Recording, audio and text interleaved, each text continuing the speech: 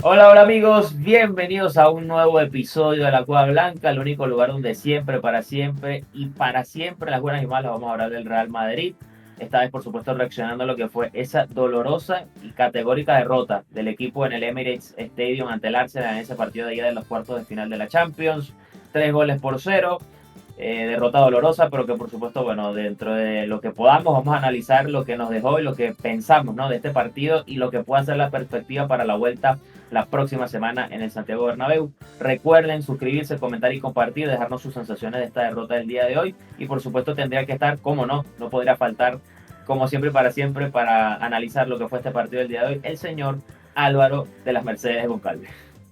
Gracias Carlitos y bienvenidos a todas esas personas vikingos, merengues y fanáticos del mejor fútbol del mundo y del mejor club de la historia, el Real Madrid, a esta reacción del partido, disculpando lo tarde, my bad, temas de conexión que hoy no me ayudaron para nada, pero aquí estamos. Vamos a comenzar con el partido 3-0, la derrota del Real Madrid en el Emirates Stadium, una derrota previsible, engañosa y más abultada de lo que tal vez nuestros ojos vieron, pero puede que un poco acorde a lo que muchos esperábamos. Así que hay una doble sensación con el tema. Dos golazos de Declan Rice y un gran gol también de Mikel Merino, lo que dejó este partido el día de hoy. Y vamos con la alineación: Courtois en el arco, Valverde, Asensio, Rudiger y Alaba en la línea defensiva, Modric, Camavinga, Bellingham en el medio, Rodrigo, Mbappé y Vinicius Junior como delanteros o atacantes el día de hoy. Señor Carlos, comencemos antes de analizar el partido con la alineación. Línea por línea. Courtois en el arco. Y bueno, predecible lo de Courtois, ¿no? Lógico, si estaba en condiciones de portear, iba a estar y de hecho creo que en buena parte, menos mal lo estuvo, ¿no? Porque salvó también un poco de que esta derrota fuese peor desde lo numérico, ¿no? Desde el marcador como tal fue clave y de hecho el mejor jugador del Madrid, que hablar del mejor jugador, una derrota 3-0 es como extraño, pero debo decir que fue de los puntos más altos del equipo el día de hoy porque le salvó bastante, en muchas oportunidades al equipo de que esta derrota fuese mucho peor. Así es, de hecho, si hay que señalar de algo y por puro buscar entre lo poco que se pueda levantar de este partido y entre el polvo, creo que lo único que pudo haber hecho, y el físico no le da, es estirarse un poquito mejor en ese primer gol. Lo estábamos hablando antes de grabar. No veo tan parable el primer tiro libre de Declan Rice, con algunos detalles por allí que ya les vamos a mostrar, pero sí sentí que la estirada de Courtois está limitada obviamente porque sus lesiones son en las rodillas, ya no llega a donde llegaba antes, su estatura lo ayuda, pero como les dije, por querer buscar incluso donde no hayan cosas. De resto, muchas jugadas incluso de doble parada de Courtois, que eso normalmente le sale mal a los porteros, y muy metido en el partido, porque esas dobles paradas siempre terminaban con la primera parada hacia un lado, como te mandan en el canon del fútbol, y nunca hacia el medio, y ahí quedaba desnudo el equipo porque ese segundo remate que llegaba instantáneo habla precisamente de los espacios que iba dejando la línea defensiva, y es a donde vamos ahora. Valverde por derecha, Alaba por izquierda, Rudiger y Asensio de centrales. ¿Cómo los viste? Bueno, lo habíamos comentado, ¿no?, en la previa, y yo era los que levantaba la bandera de Alaba lateral izquierdo, siempre y cuando el lateral derecho pudiera ser Valverde, porque creo que defender con Alaba y Lucas Vázquez hubiese sido, creo, otro suicidio, hubiese sido peor, ¿no? El resultado, o al menos en la teoría, creo que hubiese sido peor, ¿no? Lo que podíamos haber visto hoy si Lucas era el lateral derecho. Compraba esa de que Alaba fuese el lateral izquierdo porque quizás Ancelotti buscar reforzar un poco defensivamente, sobre todo ganando altura, porque por lo bien que trabaja el Arsenal la pelota parada, más allá de la ausencia de Gabriel Magaláes, pero igual el Arsenal es un equipo, que lo decíamos incluso antes de iniciar el episodio, que trabaja muy bien a nivel táctico la pelota parada, y quizás ayer quería agarrar un poco de altura, ¿no? Y en el duelo con Bukayo Saka, por supuesto, sí se vio un poquito por debajo, ¿no? Alaba defensivamente hablando, pero ya lo demás, que es Valverde lateral derecho, creo que es el mejor lateral derecho que tenemos, no siendo un lateral, pero es el mejor lateral que tiene el equipo. Y la pareja central de Rudiger Asensio, pues obviamente era de cajón que que eso era con ella, ¿no? La que iba a salir a Ancelotti hoy. Creo que no sorprende tanto esta alineación. A muchos les sorprendió lo de Alaba lateral izquierdo. Yo creo que no, viéndolo como se preveía el partido y que ya en el fin de semana pasado, por liga ante el Valencia, ya había dado un aviso a Ancelotti de que podría probar, o que había probando, mejor dicho, con Alaba lateral izquierdo, podía suceder eso también el día de hoy. A mí no me, a ver, no me disgusta la actuación. De hecho, a mí me sorprendió ver a Lava en algunos tramos del partido llegando hasta la línea de ataque. Hay de hecho una jugada de Vinicius Que le que, niega la que, pelota en par de oportunidades también. que Vinicius termina, pero es que también no voy a defender el partido de Vinicius, que no me pareció bueno, tampoco me pareció malísimo. De hecho, creo que era en marca o en as, la calificación que le dieron fue 1. Me parece absurdo. Pero aprovechando que estamos con Alaba, desde Marcelo, ¿tú recuerdas algún lateral izquierdo que le haya pasado por un lado o un extremo izquierdo del Madrid, sobre todo a Vinicius, para pedirle la pelota? Yo no. Entonces, ¿cuántas veces Vinicius sabe que va a tener apoyo por detrás de él tan adelantado?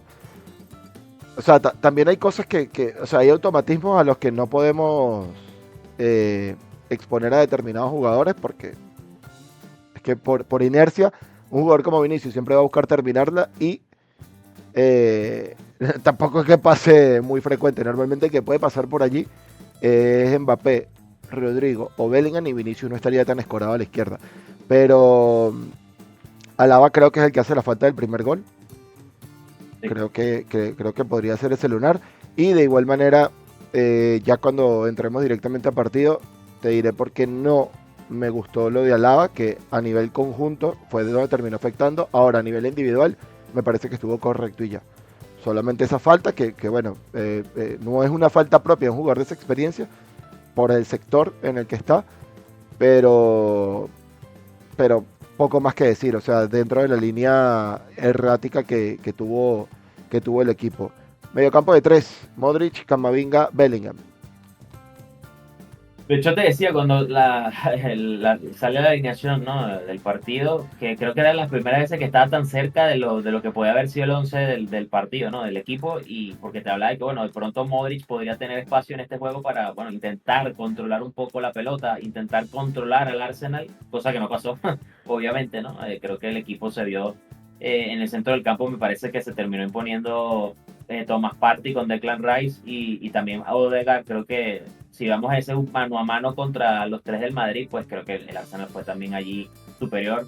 No sé si decir ampliamente, pero sí me parece que en el compendio global fue mucho mejor a nivel de en el centro del campo. El Madrid no pudo tener la pelota como quizás quería tenerla. De los tres mediocampistas me parece que el mejor fue Bellingham. Entramos, Sí, no totalmente. constantemente, pero sí entramos durante los 90 minutos. Pero le faltó, obviamente al Madrid le faltó fluidez muy espesa en el centro del campo. Me parece que el que le impuso las condiciones al final terminó siendo el Arsenal, como fue desde el inicio del partido, pero el pasar de los minutos, de que el Arsenal encontraba su juego y el Madrid no lo encontraba, o intentaba encontrarlo pero no podía. Al final yo creo que termina siendo el Arsenal en esa zona del campo también superior al equipo. Totalmente de acuerdo. Modric es un jugadorazo, es una gran estrella, es una leyenda del Madrid, pero nosotros lo hemos dicho muchísimas veces también y no estamos descubriendo nada. Esto creo que está a la vista hasta de los antimadridistas. Modric ya tiene la edad que tiene y el físico no le va a acompañar igual, y tú tal vez te puedes plantear un partido, hablando en clave Champions, tú te puedes plantear un partido con Modric como líder de batuta o como el director de la orquesta, cuando es Modric el titular ante un equipo de Italia, de Alemania, pero ante un equipo Premier no, porque si algo destaca en un equipo Premier es el ritmo. La Premier, una de las cosas que históricamente, cambie lo que cambie, entren o no los jeques, vayan o no jugadores altos o bajos, es el ritmo el que se juega, es la velocidad la que se juega. Por lo tanto, el físico siempre va a estar por encima, y eso fue lo que pasó hoy. Y si además te plantean enfrente un mediocampo tan fuerte y de buena salida de balón como la de Declan Rice y Thomas Partey, yo creo que obviamente Modric iba a estar preso de cosas a las que no se puede enfrentar, como la que es el paso del tiempo. Sin embargo, no me pareció un mal partido, me pareció fue un partido que no era para él, o no en estas condiciones.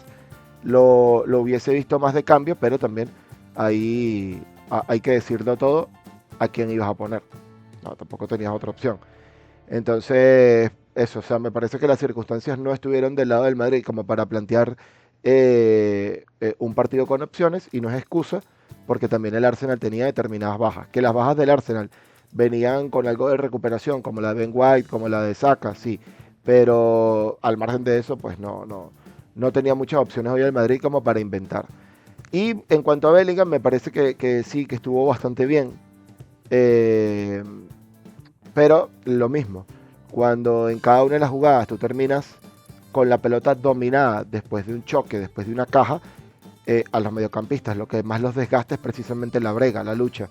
Y ya después no vas a tener las mismas piernas para entregar la pelota, perdón, que cuando la recibes con algo más de libertad. Y si Bellingham precisamente lo que tiene es ese perfil ofensivo y de administrador de juego, pues que tengas siempre que ir a luchar la pelota te va a empezar a limitar. Camavinga, no me pareció un mal partido de Camavinga, me pareció un partido tradicional de Camavinga, por lo menos esta temporada, con esos chispazos en los que parece Makelele y después en los que parece Álvaro Goncalves, porque va del cielo al infierno en cuestión de segundos. Lo hablábamos también fuera de cámara, me parece que uno de esos chispazos es la expulsión, es la frustración de un jugador joven que no sabe administrar emociones al 100% en escenarios complicados y que también no está acostumbrado a escenarios complicados. Entonces, esto le va mal al equipo, pero le va bien al jugador. Vamos a la línea de ataque: Rodrigo, Mbappé y Vinicius.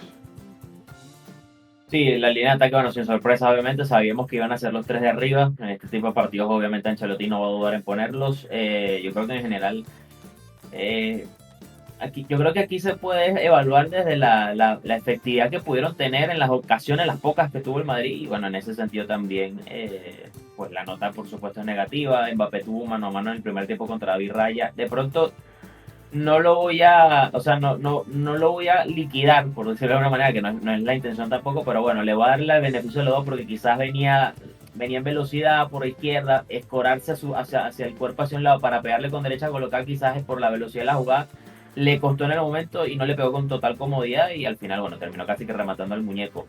Vini no fue el Vini desequilibrante. Me parece que tuvo una en el primer tiempo que recién empezando el partido, no tenía creo que ni 2 minutos, 3 minutos de haber arrancado, una pelota que intercepta el propio Vini en un contragolpe y le tiraba el balón con el revés del pie buscando a Mbappé. Bueno, Saliba tuvo un corte ahí extraordinario que creo que eso hubiese sido jugada de gol. No sabemos cómo hubiese terminado, pero era una jugada clave y me pareció que bueno, no se encontraron, no hubo conexión entre los tres atacantes. Un poquito de Rodrigo que decíamos en la previa, yo era uno de los que pensaba que de pronto por ese costado izquierdo, el costado izquierdo del Arsenal y el costado derecho del Madrid iba a atacar y hacer daño, pero también el partido que tuvo Luis Kelly fue partido histórico Partidazo, y partidazo. eso también incide, ¿no? Pero decíamos, ¿no? Que quizás esa banda podía ser el eslabón un poco más débil que iba a tener el Arsenal por el tema de Luis Kelly, por el contexto del partido, no porque no haya estado teniendo una temporada impresionante en el Arsenal y que sea hoy en día quizás uno de los jugadores más prometedores no solo de la liga inglesa, sino también del fútbol europeo, sino porque también uno de los centrales era Kivior, que era es el suplente de Gabriel Magaláes, y de pronto por allí el Madrid podría encontrar un camino para hacerle daño al Arsenal, cosa que no ocurrió evidentemente.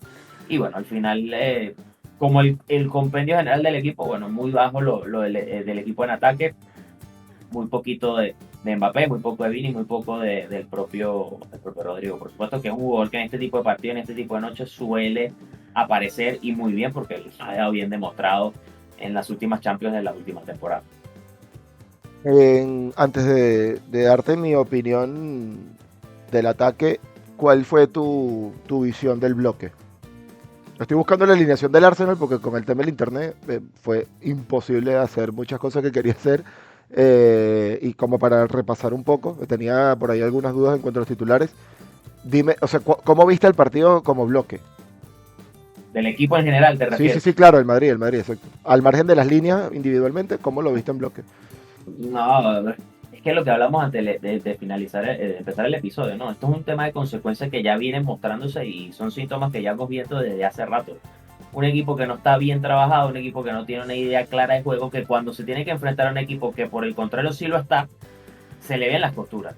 Más allá que me decías antes de iniciar el episodio que tácticamente quizás el Arsenal no fue superior, de pronto y no lo fue, pero si vamos a los highlights, avasallante, o sea, no los aplastó. claro, O sea, pero sí si fue vamos a los superior, highlights, pero yo pensé que la diferencia iba a ser mucho más grande. no, pero claro, pero si después ves el resumen del partido, si vuelves a ver el resumen del Sí. partido, más sacando los 3 goles, ves unas cuantas para el Courtois, que si no es por Ujú. Courtois, estamos hablando de un 5-0. Sí, bueno, de hecho, Entonces, tú ves los highlights y no hay paradas de raya. Solamente la de Mbappé que tú exacto, decías. entonces, entonces, en ese sentido, al Madrid se le volvieron a ver las costuras en un partido grande ante un equipo grande. Que me pueden decir, no, que el City, pero es que el City era una realidad totalmente distinta. El City hoy se está quedando fuera de la Champions para la próxima temporada, de hecho, porque el Newcastle ganó el Está de lunes quinto al ya, Lille ¿no? O de y se sexto. está quedando fuera de la Champions. O sea, que el City no es un no es un parámetro, no es un termómetro para decir, bueno, pero le ganamos al City. Está bien, le ganamos porque había que ganarle porque este City era el peor de los últimos años. Pero cuando el Madrid jugó contra el Borussia Dortmund, que tampoco es el mejor equipo de Europa, pero se vio mejor trabajo en el Bernabéu, mira cómo lo puso a sufrir el Madrid. Perdió contra el Milan, que hoy en día es un desastre, en Italia. Nosotros también. Hablamos antes del episodio, culpa del técnico, por ahí dijeron, Nosotros ¿no? también. Eh, o sea, ha pasado pruebas contra el Liverpool en Anfield. El Liverpool que por cierto quedó eliminado por el Paris Saint-Germain. Pero ante equipos que están mejor trabajados, el Madrid se ha visto mal. Y hoy el Arsenal vio sangre. Arteta sabía que trabajando este partido, preparándolo bien, podía hacerle daño al Madrid, más allá de los goles, que después ya lo vamos a hablar. Y lo consiguió. Le hizo lo suficientemente daño como para dejarle la eliminatoria de cara al Bernabéu y de que si solamente es el Arsenal, solo el Arsenal es capaz de sabotearse ese día y quedar eliminado de la Champions. Sí. Bueno, en cuanto a la línea de ataque, para completar lo que decía, sí, me parece que Rodrigo... a ver, a Rodrigo lo queríamos vender, incluso cuando sabíamos, entre comillas, que Mbappé no venía.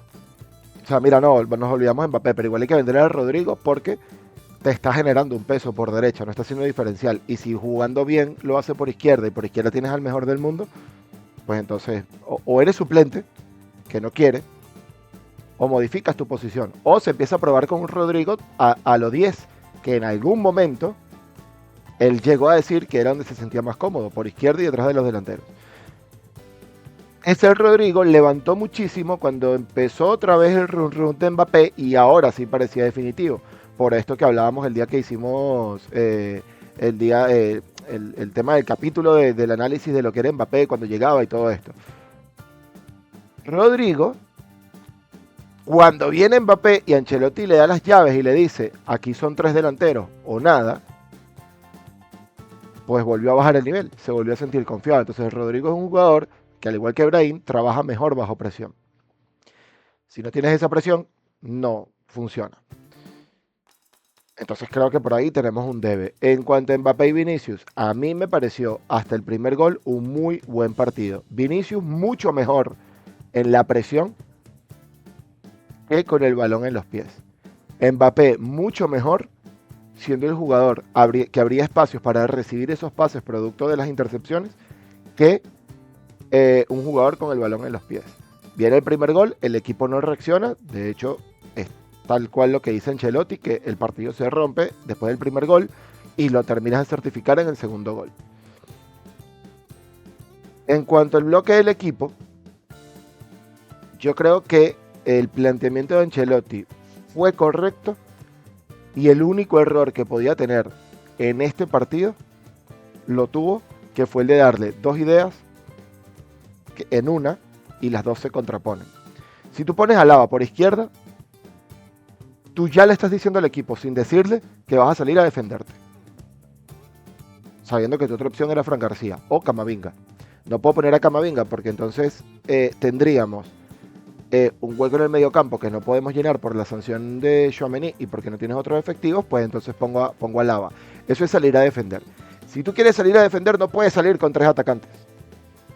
O por lo menos no con esos 3 atacantes jugando con 2 extremos que se abran bastante para hacer más ancho el equipo, como el caso de Rodrigo y de Vinicius. Tienes que jugar como se hizo contra el City, que Rodrigo se unía al medio campo para que estos 2 que estaban por aquí quedaran un poquito más arriba y se abrieran algo para dejar el carril central libre para jugadores como Bellingham o como Modric, que es de donde pueden tener una visión mucho más amplia y entregar mejor la pelota. Si tú estás defendiendo mucho, tú no vas a tener conexión nunca con el mediocampo. ¿Por qué? Porque en el momento en el que no tienes la seguridad de Mendy por izquierda y tienes a un Alaba errático, que además tiene, jugando lateral, tiene algo de espíritu ofensivo, tú nunca vas a tener dos efectivos para cubrir una subida de Valverde, que es el que te hace bien ese tipo de automatismos, de funcionamientos, como prefieren llamarle, cuando el Madrid juega con Valverde como lateral derecho. Que hoy no se vio, que Valverde además no tuvo un partido bueno. Tuvo un partido correcto y ya, que para el handicap de Valverde es un partido malo. Y lo claro, no es que haya sido un desastre Valverde, el equipo estuvo mal. Y Valverde hoy fue víctima de eso. Valverde normalmente es carry con el equipo cuando el equipo está bien o cuando el equipo está mal. Mientras mejor esté el equipo, más brilla Valverde. Hoy el equipo estuvo mal, Valverde no estuvo del todo acertado y se notó. Si tú sales así y no tienes a un Camavinga tan consciente de llenar espacios cuando suben los laterales y los acompañantes del Camavinga son Bellingham y Modric, que no tienen para nada un corte defensivo, y tienes 3 delanteros, esa idea no te puede funcionar. O defiendes como querías y te vienes con un 1-0 en contra o con un 0-0, o no puedes salir con esa idea, con o sin Alaba en el campo. Poner a Alaba ya era hablar de eso. Al tú no tener esa conexión con el mediocampo, estás limitando bondades de Asensio, que tiene una buena salida y un buen pase en largo, bondades de Rudiger, que tiene buen físico para la salida, y bondades del propio Alaba, que tiene una buena entrega de pelota.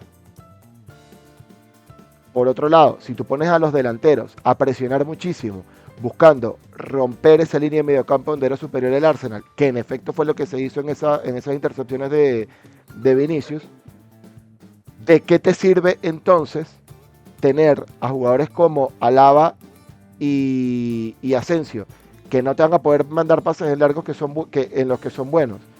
Pero tampoco vas a poner a los delanteros a generar faltas para que le pegue a Alaba, que también tiene buen pie.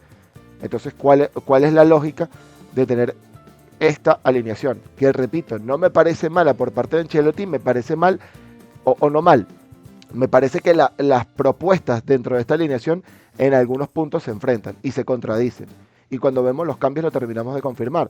¿Para qué entra Brahim en un partido como hoy si Brahim no te va a hacer absolutamente nada de lo que tú le estás pidiendo a estos jugadores? Brahim tampoco tiene el perfil para hacer esto que están haciendo los jugadores, porque cuando entra Brahim, el equipo no vio nunca a Brahim unirse al mediocampo. En ningún momento, para generar algo de superioridad allí y poder darle salida a la pelota. ¿Para qué tienes a Vinicius y a Mbappé jugando con Rodrigo por derecha si tú no los vas a mandar a que se hagan anchos? Porque Vinicius me parece que jugó muy buen partido en la presión, que es lo que siempre se le critica, pero al final no era efectivo, porque no tenías a ningún mediocampista que llegara para acompañar ese robo de pelota. Y si tú no tienes ese mediocampista que se una para acompañar el robo de pelota, obligas a que Vinicius, sí o sí, encare a la banda, que me parece que hoy se le pidió que no lo hiciera tanto o que no abusara de esto, o que la mande en lo que pueda al área, que es la jugada que tú dices que corta Saliba, y que no es lo mismo mandar ese pase ante cualquier otro equipo en la Liga Española que mandarlo ante Saliba. Entonces, ¿por qué tú no pones un poquito más de peso por derecha? Es más, ¿por qué tú le mandas al equipo a retrasar la línea o a contener el avance de la línea del fondo si precisamente Carlos y Álvaro, que no son expertos en fútbol, habían leído que uno de los puntos fuertes que tenía el Madrid era explotar a Rodrigo por la banda de Lewis Kelly? Entonces, si tú tienes a Lewis Kelly en un partidazo y no le metes presión, amigo, terminas jugando como Garrincha o como Roberto Carlos en sus mejores años. Porque le das libertad. Entonces, si tú lo tienes así, empieza a meterle balones a la espalda. Haz que permuten los jugadores como normalmente hacen en otros partidos. Haz que vaya Vinicius a la banda derecha si sea para meter miedo y sacar un córner, que tampoco ibas a poder aprovechar porque no tienes altura para esto. Entonces, al final, me parece que a Ancelotti, hasta el primer gol, le estaban saliendo las cosas y bien. Y él mismo lo dice en la rueda de prensa. Y termina diciendo, absolutamente la responsabilidad es mía ante la pregunta de uno de los periodistas.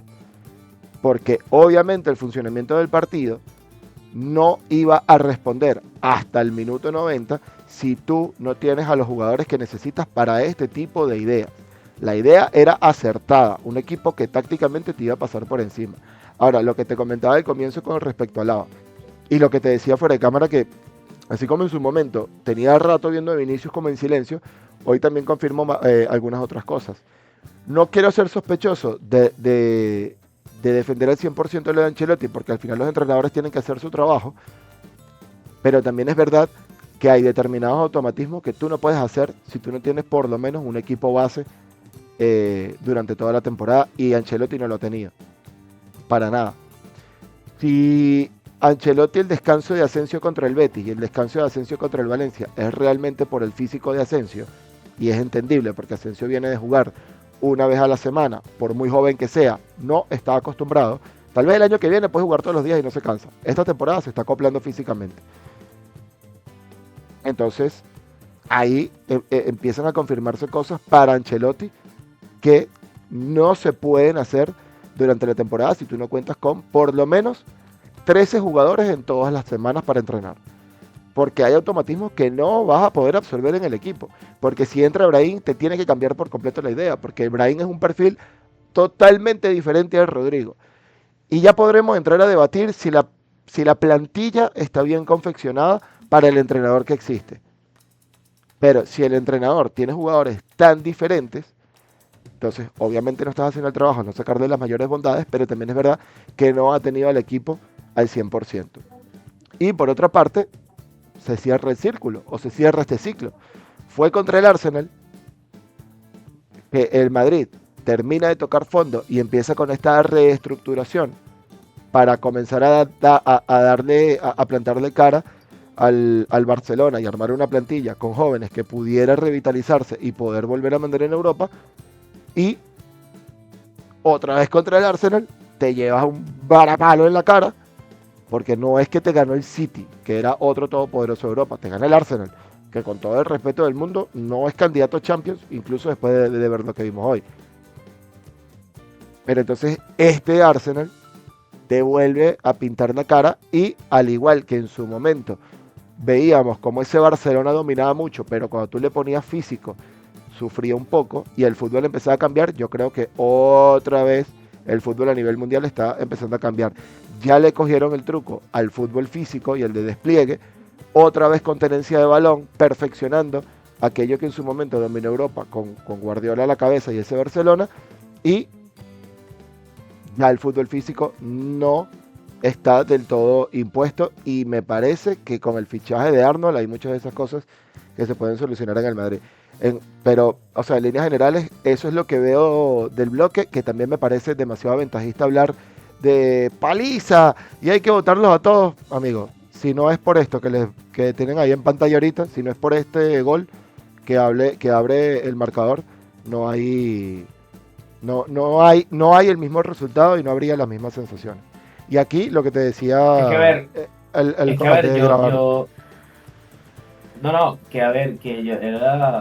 tú lo comentabas, ¿no?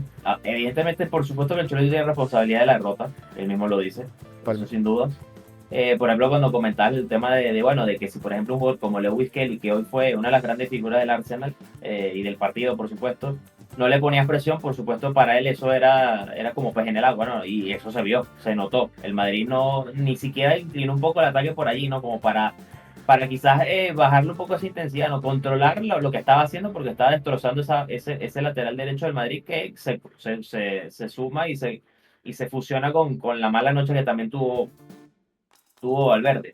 Pero también esto, y no lo digo en manera de defender a Ancelotti, ¿no? ni de alzar una bandera por él, pero es que el partido se termina de romper, es por eso que tú acabas de poner, por la imagen de los 2 goles de Declan Rice, porque, a ver, y lo comentaba con un amigo que es también madridista, y le decía, pero es que, fíjate tú, el partido se rompe, el partido cambia, es a través de 2 maravillas y 2 goles que para mí son totalmente fuera de contexto. Estamos hablando de que Declan Rice ha marcado en su carrera como jugador, si mal no leí el dato, o no sé si fue en su etapa con el Arsenal, pero creo 100% seguro que es en su carrera como jugador. Ha marcado sus 2 primeros goles de falta directa como jugador. Que le pegué más seguido, ¿viste? Porque le pegué como increíble. Profesional. 2 goles de falta, o sea, solamente es lo increíble del dato y del contexto. Sus 2 primeros goles de falta. Sus 2 primeros goles en una eliminatoria grande de Champions. 2 goles de tiro libre que creo que yo no lo he visto en muchos años, o creo que nunca lo he visto en mi vida en una eliminatoria de Champions. No porque sea el Madrid, sino en una eliminatoria de Champions como tal. 2 goles de falta directa, y no solo los 2 goles de falta directa, es que la clase de goles de falta que hizo. Porque, a ver, si bien es cierto que en el primer tiro libre de pronto, no llegamos a concluir que Courtois pudo haber hecho algo más. A mi criterio, a mí me recordó por la distancia del tiro libre, que fue más lejano que del segundo. Fue un flashback al que le marcó Cristiano en ese mismo estadio al Arsenal con el Manchester United, que fue una distancia un poco más lejana, pero ¿a qué quiero llegar? Que la virtud fue totalmente del pateador, porque con la potencia que le pegó Cristiano ese tiro en ese momento, nada pudo hacer Almunia, que era el portero del Arsenal en este momento. A mí me parece que fue exactamente igual hoy. No solo la rosca que le mete Rice, sino la potencia del tiro, porque ves la repetición y Courtois hace de chiquito. Y qué decir del segundo, que fue mucho más cerca del área, pues donde la pones que no la para nadie, ni que se junte Lev Yashin con Buffon, Casillas, Courtois, y pongas a Ter Stegen y Neuer Prime, no la paran, amigo, no la paran. De hecho, para mí, uno de los goles más bonitos de falta directa que yo he visto en la Champions, no siendo de un jugador del Madrid, no siendo Cristiano, no siendo cualquier otro jugador del Real Madrid, me pareció uno de los más bonitos que vi, y debo decirlo, sin ningún tipo de problema y complejo, el que Messi le hace a Liverpool en el Camp Nou. Golazo. La remontada, eso fue una locura de gol. Pero me parece que este de Declan Rice, si no es mejor, la pega al palo, porque es que la ejecución, o sea, el tipo que comentabas la palabra cánones, me parece que el tiro libre de Rice cumplió todos los cánones de un tiro libre. Ejecución, técnica, efecto y colocación. O sea, es que no había manera de que Courtois parara eso, es que no había forma, no había manera. Entonces, si el Madrid ya venía aguantando la faena del partido, venía siendo Courtois figura, de hecho, del partido, y viene y te marca 2 goles así, fuera de contexto, impensados, que yo te lo digo, yo todavía no entiendo qué pasó. De hecho, yo subí un reel en mi Instagram de los muchachos de la media inglesa, que es un canal que me gusta ver mucho porque son tremendos periodistas, y yo soy la reacción de Pablo Espinosa, uno de los periodistas de la media inglesa, porque es que yo no puedo creer lo que vi. No, yo no podía creer lo que vi. Yo decía, no puede ser que este tipo hizo 2 goles de falta directa así. No tiene sentido.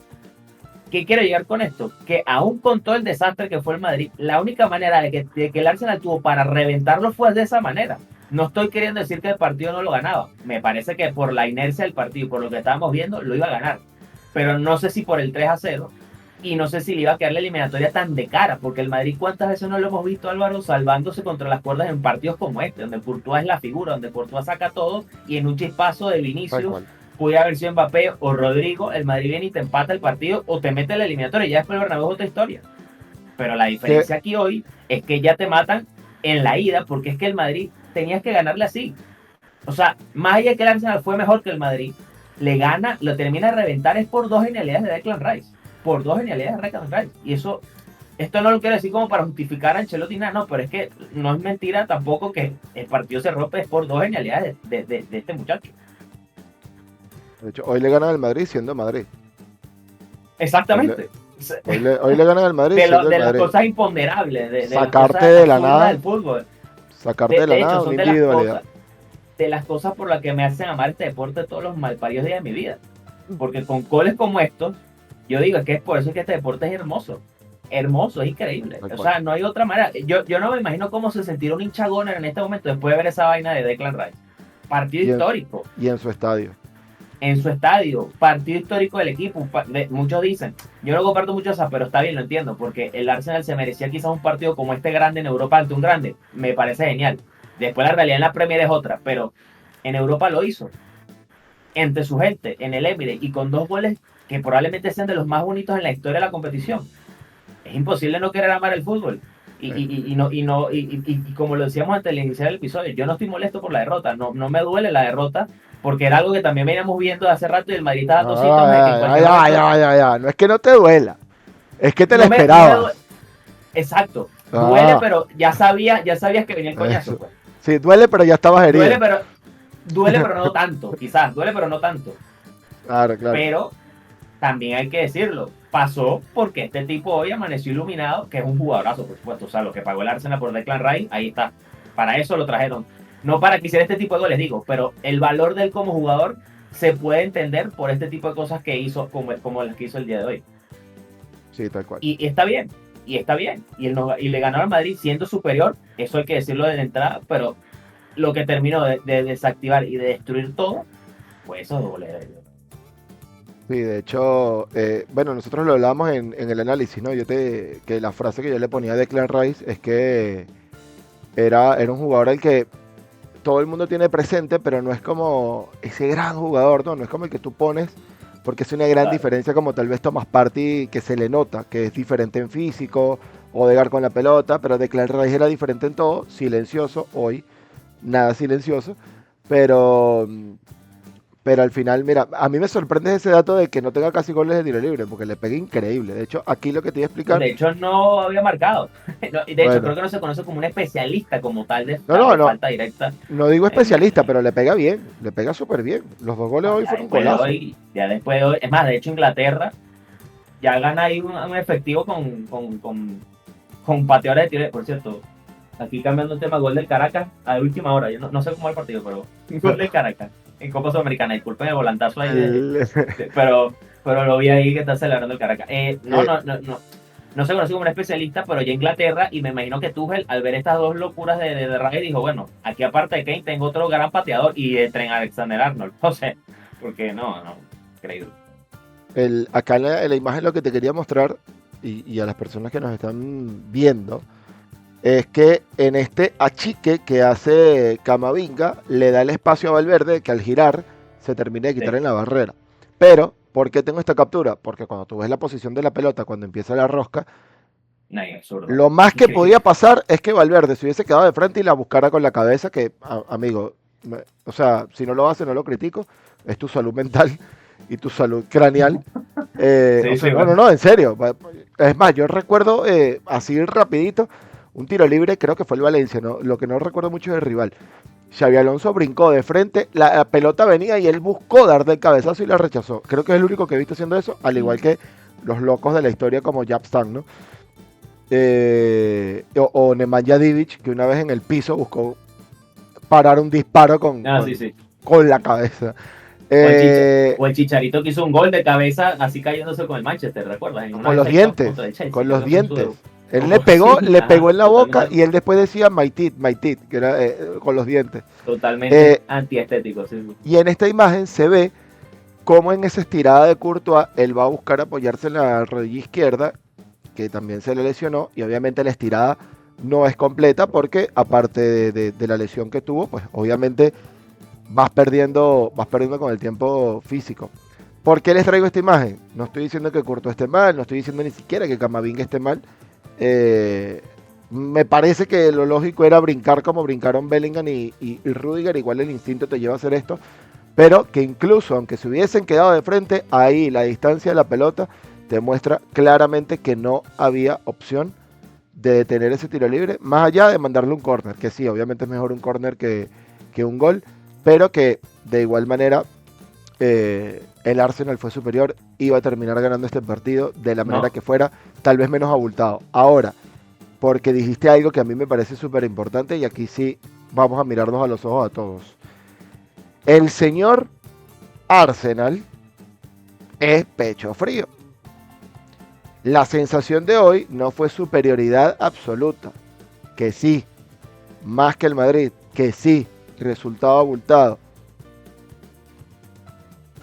pero la vuelta se juega en el Bernabéu. No estoy diciendo vamos a remontar, estoy diciendo que el Madrid, para mí, todavía tiene un 30-40% de posibilidades para esa vuelta. Sabemos cómo reacciona el Arsenal en esos partidos, sabemos cómo es el Bernabéu,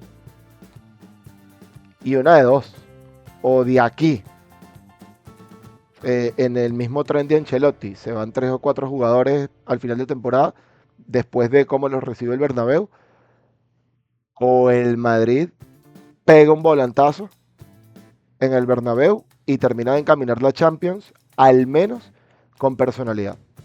Elimines o no elimines al Arsenal, que lo veo complicado, pero no lo veo tan complicado como si el partido hubiese sido diferente. es que de Yo, hecho, yo, en la repetición del gol del primer tiro libre de Rice, por eso es que yo digo que, bueno, al final, más allá del tema de posicionamiento de barrera, bueno, y aquí coincidimos obviamente igual, todo virtud del jugador, ¿no? Y aparte la rosca que le mete, que de hecho en la transmisión decían que se recordó mucho la rosca que le metió Roberto Carlos aquel gol a Francia, aquel a mí recordadísimo me gol de tiro recordó a libre un niño, A mí esta rosca me recordó a O Juninho. un gol también de a los Juninho Pernambucano. Pero si ves después la repetición de la pelota, cuando la pelota pega en la malla y sale, la pelota rebota y sale, o sea, pero con una fuerza que es que o sea, yo espero que salga algún estudio, un reporte de a qué velocidad sale esa pelota en el primer tiro libre de Rice, porque es que eso tuvo que haberse una metra lo que lanzó, o sea, fue una metra lo que le lanzó Courtois. Pero más allá de eso yo coincido, o sea, insistimos, el Arsenal fue mejor equipo que el Madrid, por supuesto. Quizás a mí me parece que le pasó por arriba. Ahí yo creo que puedo diferir un poco contigo, porque si no, insisto, al uno ver la repetición de los mejores momentos, lo que vemos es, aparte de los 3 goles, paradas de Courtois, más nada. Si no Sí, es por sí. Courtois, tuviese sido de 5-0. ¿Y qué vamos a decir? Pero yo también, como digo una cosa, digo la otra, el partido lo rompe dos genialidades de Declan Rice que probablemente no vamos a volver a ver en muchos años, y capaz él como jugador sabe que no va a volver a tener una noche como esta marcando 2 tiros libres de esta manera. No digo que no vuelva a marcar tiros libres, porque seguro y sí, pero no de esta manera ni en el contexto que fue en el partido de hoy. Y por eso es que de pronto el Madrid tiene esa esperanza de decir, bueno, sí, el mismo Ancelotti lo dijo, va a ser difícil, pero va a ser muy complicado, el fútbol pasa de todo. De hecho puso el ejemplo de Rice, nadie pensó que iba a marcar 2 goles de tiro libre y los marcó. Pero desde ese sentido, desde esa perspectiva, por supuesto que el Madrid puede tener posibilidades, y viendo cómo puede arrancar el partido, que estamos seguros que desde el pitazo inicial va a salir a morder y a matar y a buscarla, pasar por arriba al Arsenal, y hay que ver cómo va a trabajar Arteta eso también, ¿no? Bajo esa presión, ese contexto, hay que verlo al Arsenal, porque evidentemente ahí va a tener mucho que ver el trabajo, no solo futbolístico y físico, sino mental y emocional, que puede tener el Arsenal de manejar un resultado, un 3-0 en el Bernabéu, en unos cuartos de final de Champions, ante un Madrid súper herido, que ojalá, vaya palabra de Álvaro por delante, de que esto sea un golpe, una herida que lo despierte, ¿no? Que despierte a la bestia, por decirlo de alguna manera, y por lo menos podemos enmendar el camino. No estoy con esto queriendo decir que vamos a ganar el triplete, pero quizás el Madrid termine la temporada de una mejor manera, o lo otro es que este es el golpe definitivo y ya el equipo o sea, la temporada muere aquí, ¿no? Como de hecho vi la reacción de Iñaki Angulo, y dijo que aquí falleció la temporada 2024-2025 del Madrid. Sí, Creo que no hay punto medio, no totalmente. hay punto medio, no hay punto Sí, medio. no, totalmente. Bueno, lo que te dije ahorita con el Bernabéu. Me parece que el último juicio lo hará el Bernabéu en este partido de vuelta. Sí, señor. Sí, señor. Y mira, si hoy termina la temporada, cuesta, pero yo creo que con Ancelotti, aparte de Vallejo, hacen maletas sí o sí Alaba, Lucas Vázquez, y me queda la duda con 3 jugadores.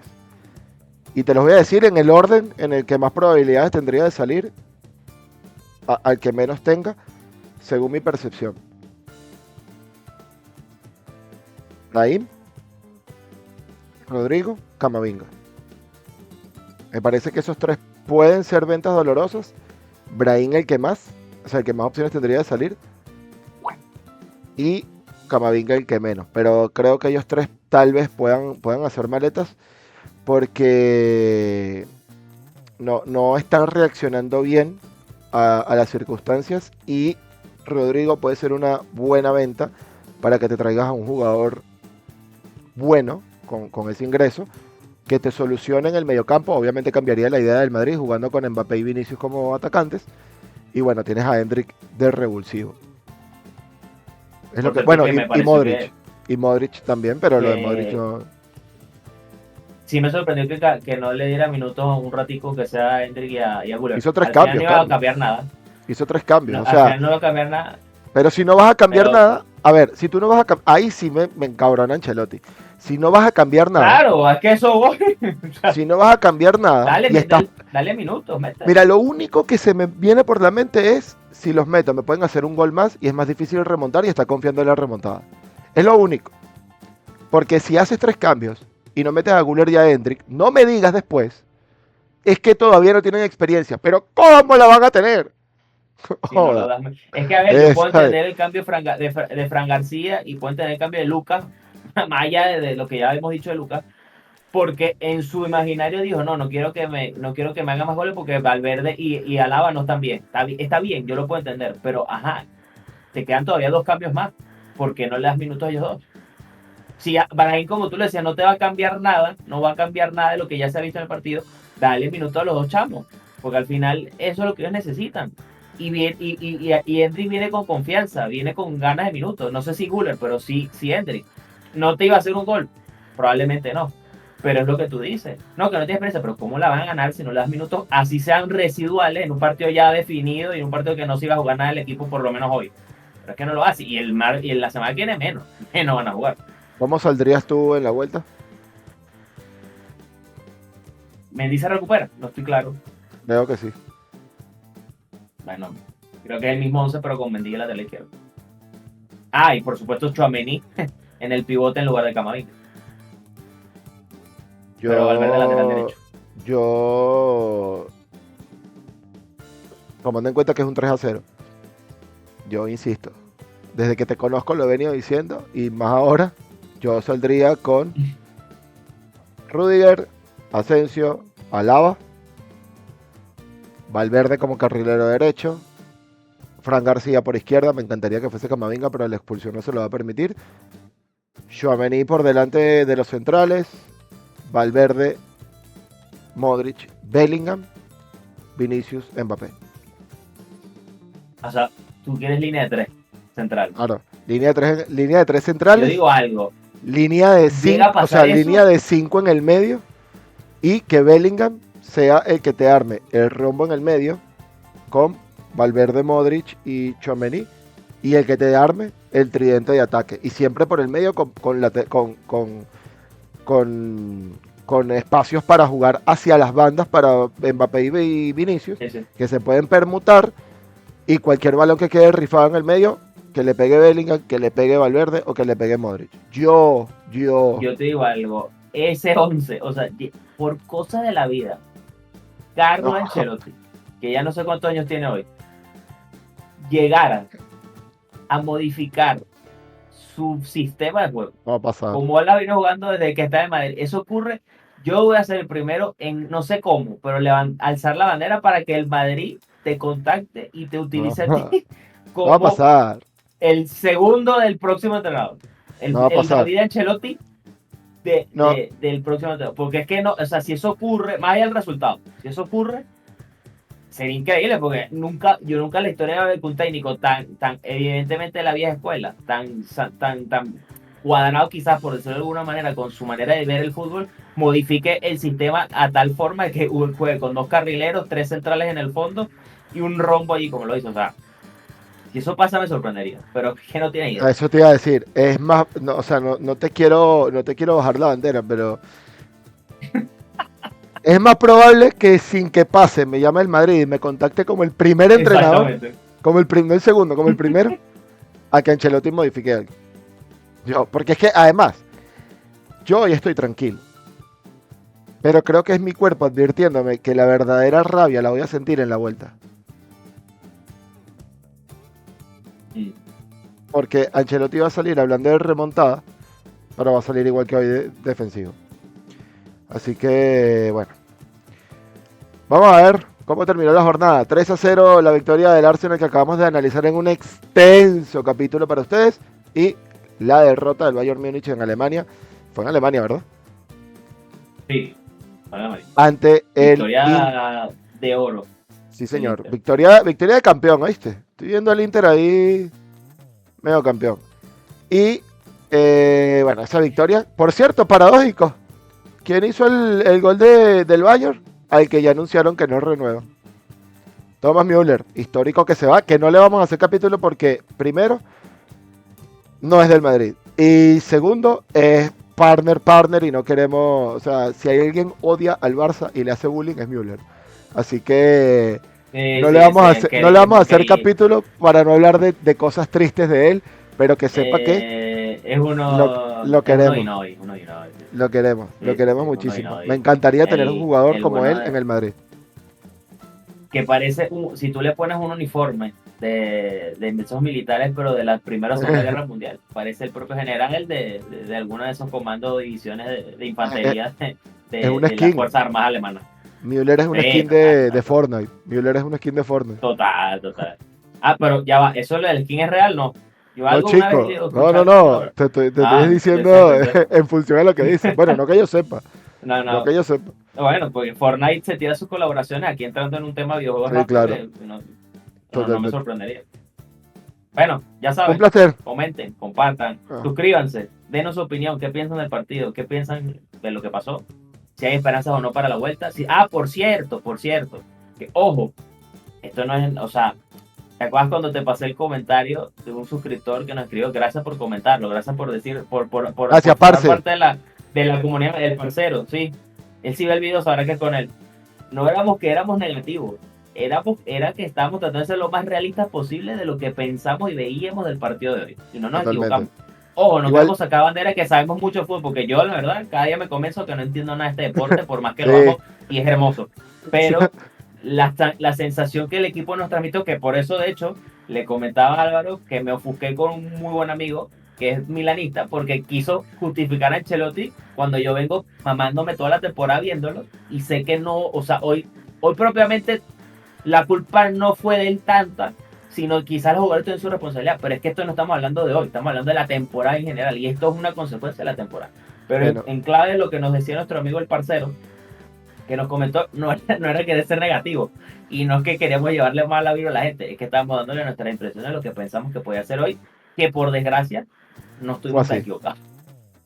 Dos cosas para despedirme. La primera, ese comentario junto a otros que ya tenemos apartados sale esta semana en un capítulo nuevamente dedicado a ustedes y obviamente extender el agradecimiento que hacía Carlos por el cariño y la recepción que han tenido con este proyecto. Y la segunda, creo que ese amigo milanista es el mismo que dijo que Brahim era un desastre y que se volviera al Madrid. Cuando se fue al Madrid dijo que Brahim era, que claro, que se iba al Madrid porque en el Madrid todo era más fácil y había dinero y no quería sufrir con esta reestructuración del Milan. Creo que es el mismo. Igual saludos y Y abrazos fue el mismo para él.